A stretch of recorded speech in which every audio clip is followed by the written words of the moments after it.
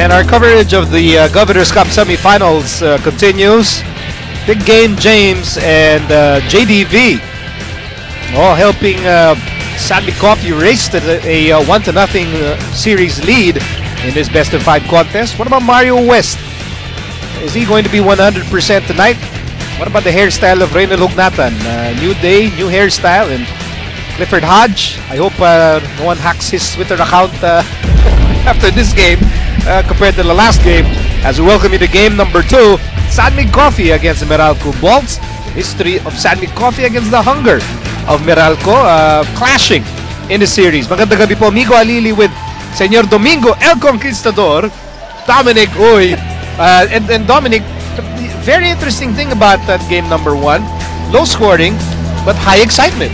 Well, you look at these two teams are the two of the best defensive teams dito sa ating PBA. So, you expect it to be a defensive type of a series, but end of the day, kailangan mo pa rin pumuntos. And the excitement, of course, is there when you look at the hunger for Meralco, but at the same time, for Sanmig Coffee, they want to be able to get back into the finals. You know, when we talk about coffee, you and I, we like connoisseur. Yeah, we like having coffee. Your cup of Java. It's always about getting the right mix, get the right ingredients in there. And for Sanmig Coffee, I guess Joe Devans, says that with their team, anyone can make a difference. It's not just about one formula lang na, it's always two teaspoons of the coffee and 1 teaspoon of sugar. Sa kanila hindi. They can come up with different combinations and they can still be productive. Tignan na lang natin yung timpla ng kape. You talk about sweetness or you talk about how much cream you want. The difference is, sa kanila, iba-iba yung sugar nila, iba-iba yung tatak ng kanilang sugar, iba-iba yung tatak ng kanilang cream. But, end of the day, masarap pa rin yung timpla. And with Joe Devans, that's what he's saying. Kahit na sino, pwedeng magpakita on any given night for the Sanmig Coffee mixers. That's why it's so difficult to stop a team like Sanmig Coffee. Pero dapat ang tatak ng kape Sanmig Coffee. Oh, kailangan. It cannot be any other. Kaya nga yung creamer or yung sugar lang yung iba. Dapat Sanmig Coffee yung kape. Okay, we talk about the Meralco Bolts right now. And Meralco, they kept it close. I mean, sakto yung game plan for them. Keep the score low. Hindi masyadong high scoring yung laro. Almost got it. But Mario West just couldn't get his game going. Kapag dinignan mo yung first game na yun, iisipin mo talagang that went Meralco's way because they like keeping it low. And if you look at the offensive threat, hindi ka pareho ng Sanmig Coffee, itong Meralco Bolts. They rely heavily on this guy on your screens, itong si Mario West. His elimination in the quarterfinal average 28 points, but in game number 1, only 9 points for Mario West. Some people say that he is the barometer for the Meralco Bolts. Yes and no. Kinakailangan niya ng tulong not just on offense but also dun sa spacing. Dahil kinakailangan, para makapunto si Mario West, you need to be able to give him that space for him to operate. And we showed you a quote from Mark Fingris who we expect will be designated to try and stop Mario West anew. And as any good defender knows, if a good scorer hindi masyadong gumawa in one game, you expect that scorer to bounce back with a stronger performance in the next game. Well, we talk about Mark Pingris. Mark Pingris is one of the best defensive players here in the PBA, and he understands, especially in import, na alam mo naman may NBA experience itong si Mario West. You expect him to bounce back a lot stronger in today's game and get his shots going. And also yung adjustments. Kapag tinignan mo yung think-tank nitong Meralco Bolts, you have Coach Ryan Gregorio, you have Coach Jong Yuchico, Coach Ronnie Magsanok. These guys know how to adjust.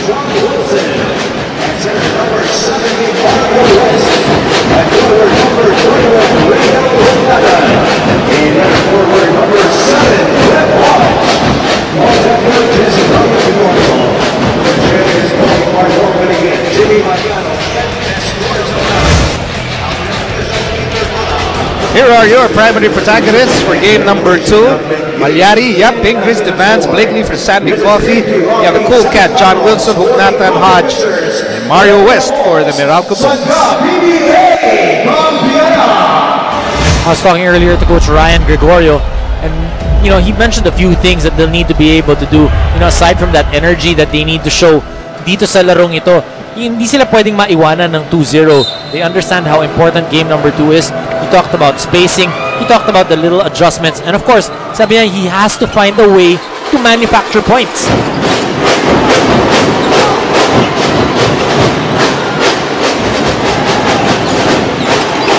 Meralco is in immaculate white as John Wilson attacks and scores immediately. I like what John Wilson did that time, attacking the defense right away of James Yap. You know, James Yap in this conference has taken pride in his defense. Pag kinakailangan siya pumutos, you know, he will score, but he has really tried to develop his defense and give dito sa komperensyang ito. And if you attack his defense right away, you know, that may put a little kink in his confidence.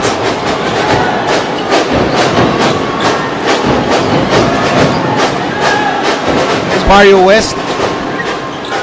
There's that shot, yung I call it the grade 4 3-point shot. Parang pareho kayong 4. Pareho 4. Actually, tama. Pag medyo malayo. Oh. It's quite unorthodox for a professional player. Lalo-lalo na si Mario West, di ba? Tapos yung 3 points shot na galing dip-dip. Sinabi nga ni Benji para sa one time, alam mo kung titignan mo lang to si Mario West, yung naglalaro-laro lang dyan sa tabi-tabi, hindi mo kukunin eh. Hindi. Kung nagsushooting-shooting. You might not be impressed, but he can score 47 points here in the PBA. Mario West slowing things down. Hugnatan swings it over to Mike Cortez. Here's West. Over to Hodge. Hodge for 3. Yes, sir! Cliff Hodge, every conference improving his outside shooting. In that first game, had 3 3-point shots. Imagine what improvement can do. I mean, just a while back, you would let Cliff Hodge take any outside shot. Nung first conference, Right. papatirahin mo lang siya from about 15, 16 feet away. But now, you really have to get a hand up. At hindi na chamba-chamba na nakakascore siya paminsan-minsan from that area. He's really knocking it down consistently. 5-0 start here for the Meralco Bolts, who are hoping to tie the series with a victory tonight. So the Vans over to Pingris against Hodge. Shot clock down to 3. Ping with a move. No basket. Here comes Hodge.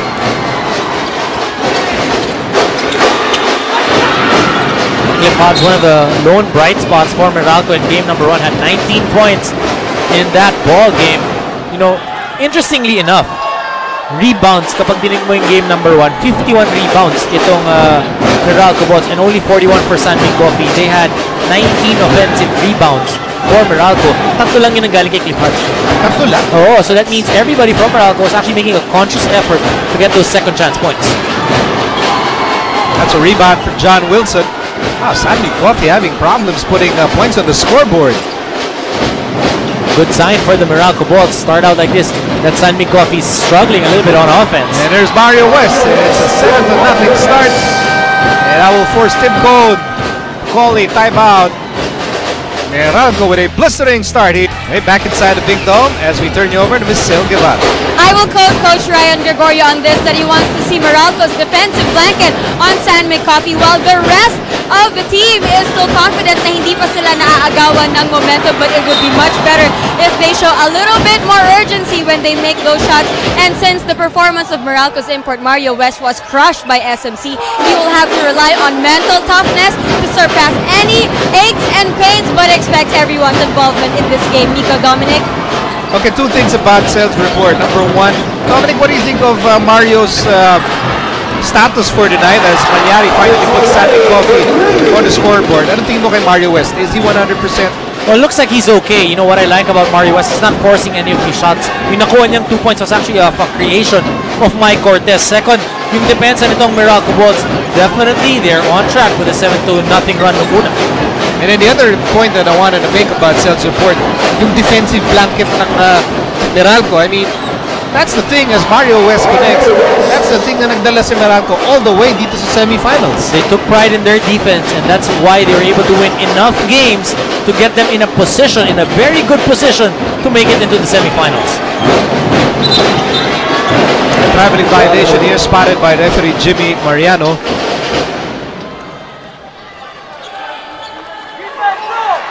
There's that stellar coaching staff of San Miguel Coffee. Alvin Patrimonio at power forward. Jeffrey Garriaso at the two-guard spot. Backward has Olsen and Johnny A. And then the naturalized center is Richard Del Rosario. No, really, seriously. Oh, something's wrong here with Cliff Hodge. I think Tim Cole is complaining because bola ng San Miguel Coffee. And then tinigil ni, I believe, referee Jimmy Mariano yung game. Well, Coach Tim Cohn not liking that. Dapat matigil yung game pag napunta na yung possession sa Meralco. Di ba ka, that's why nga pag kunyari may teammate ka, dumidepensa ka, foul ka. Foul right away. You foul para matigil yung game. Here's that collision between, the beso-beso collision there between Malyari and Cliff Hodge. Let's see that. There's a twirl by Hodge and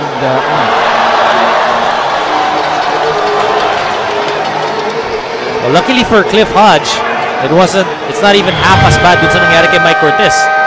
True. Or not half as bad as yung nangyari sa akin the other night. Stolen kiss sa Sports 5 Center. Hindi ko na nga sinabi. Pinapablatter ko na. Bilis eh. Hindi na namin nalaman kung sino. Okay. Here's Mark Pinker's Sammy Coffee down by 6 as we near the 7-minute mark of the opening quarter. 3-point shot by James. No go. You know, from Meralco, yung offensa nila, you know, you always talk about rhythm at the beginning of the ball game. The offense of Meralco coming within rhythm dun sa kanilang offensa. Sammy Coffee not the same. Here's Blakely. Emergency pass. Malyari. Well, even that offensive set of the Sanmi Coffee mix is not really something that they usually run.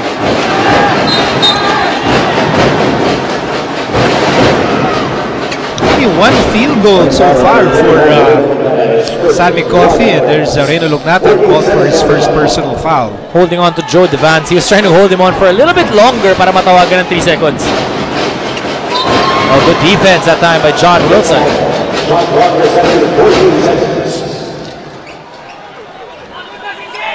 John Wilson really finding, I suppose, stronger identity as a PBA player here with Meralco. Meantime, here's Malyari pulling up. Rebound, Blakely. Blakely goes to Pingris. Oh! Twirls, but throws up an air ball. So, ball lang in ang Meralco. They're up by 6.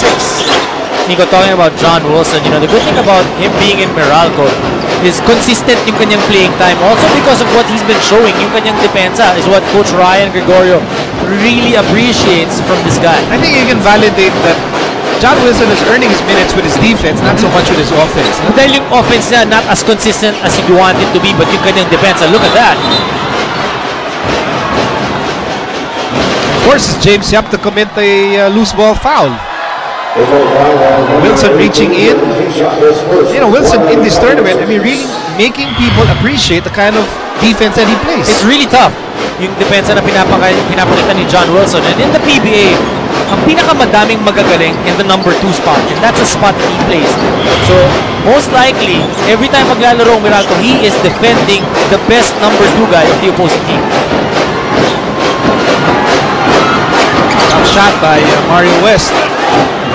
We've crossed the halfway mark of the opening quarter, and we're not at all surprised that pahirapan yung scoring really for both teams. Well, both teams take pride in their defense, like we mentioned at the beginning. But itong Sanmi Coffee, in that last game, they also struggled in the first 2 quarters. But in the 3rd and the 4th quarter, all of a sudden things started to flow, and they got down to work, and that's how they won that ball game. There's Hodge thinking about that 3-point shot. Now he takes it.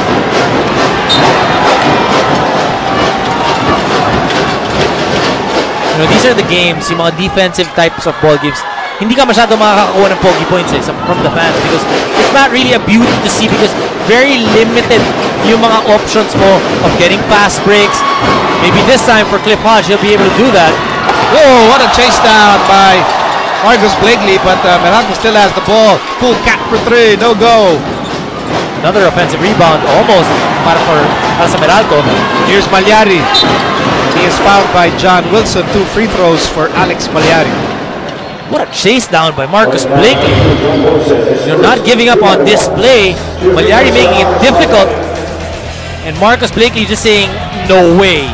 Brought to you by Presto Breakwood for superior breaking accurate safety. Siguradong nasa mabuti kang kamay.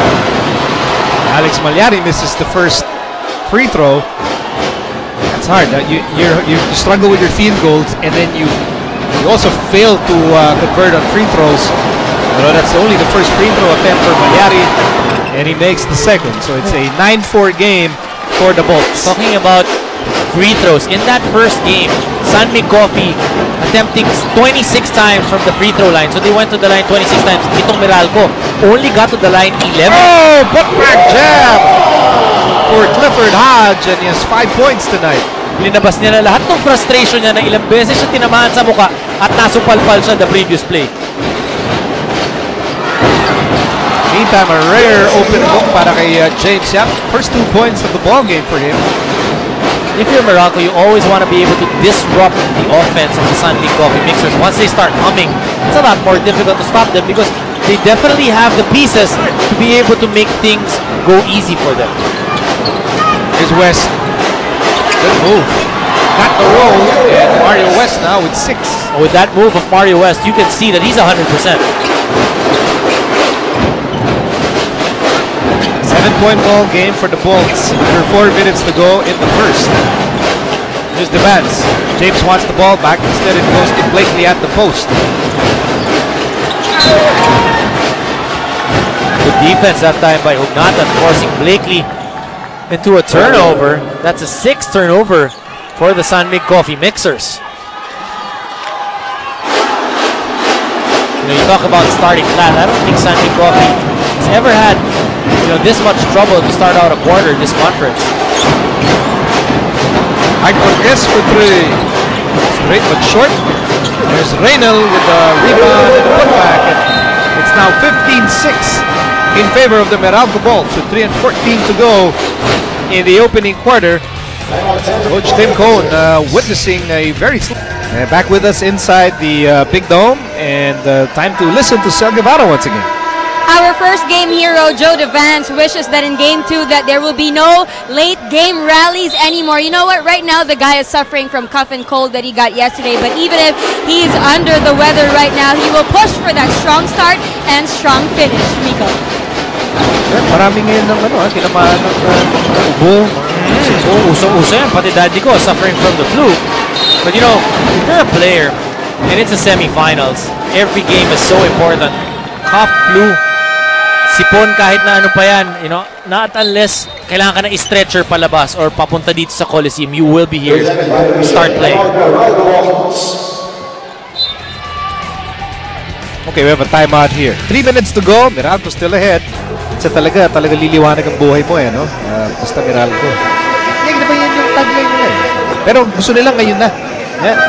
This team, hungry for validation, hungry for PBA success, hungry for a PBA championship. I mean, the last time Meralco was a relevant team in basketball, pareho pa tayo hindi pinapanganak. Oo, napakatagal na noon. Si Roy, yung panel scorer natin yun, panel scorer na siya noon. Tsaka itong dalawa. At tsaka itong dalawa na ito, inabutan nila yung Mika. Yun, nagko-cover na yung dalawa na yan.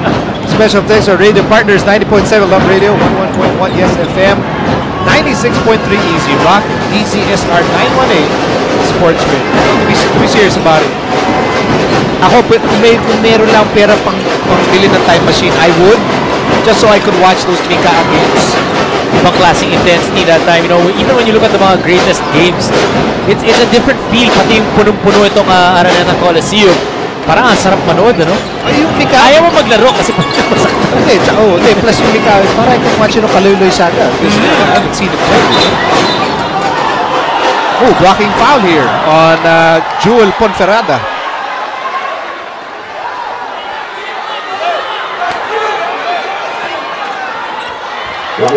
Jewel thought he made a defensive jam, but the referee said no. No. Cliff Hodge getting the call. Sometimes that happens. How about Cliff Hodge? Cliff Hodge has been very productive here in the opening quarter. Although he missed the first free throw, but positive energies, getting rebounds, scoring 3-point shots. 5 points for Cliff Hodge and a couple of rebounds. And the good thing about Cliff Hodge, he's never disheartened kahit pagkatapos sa masupalpal, tamaan yung mukha niya. He missed 2 free throws and he still got his own miss. Dillinger sends it to JRS. Here's Jared. Nice fake. Got it. Jared Dillinger, one thing about him, for the Meralco Bolts, he's a guy with championship pedigree. Yun ang hinahanap sa kanya ng Meralco. That's why they fast-tracked his coming back into this lineup.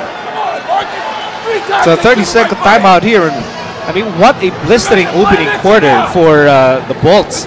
17-6. I mean, talk about wanting to bounce back with a flourish here in game number 2. And still able to do what they've been wanting to do. Yung kanilang depensa nandiyan. But at the same time, now creating on offense, they have an 11-point lead. But in game number 1, if there's one bright spot para sa Meralco Bolts, itong si Cliff Hodge, we mentioned it, 3 out of 5 from that 3-point area, 19 points in game number 1.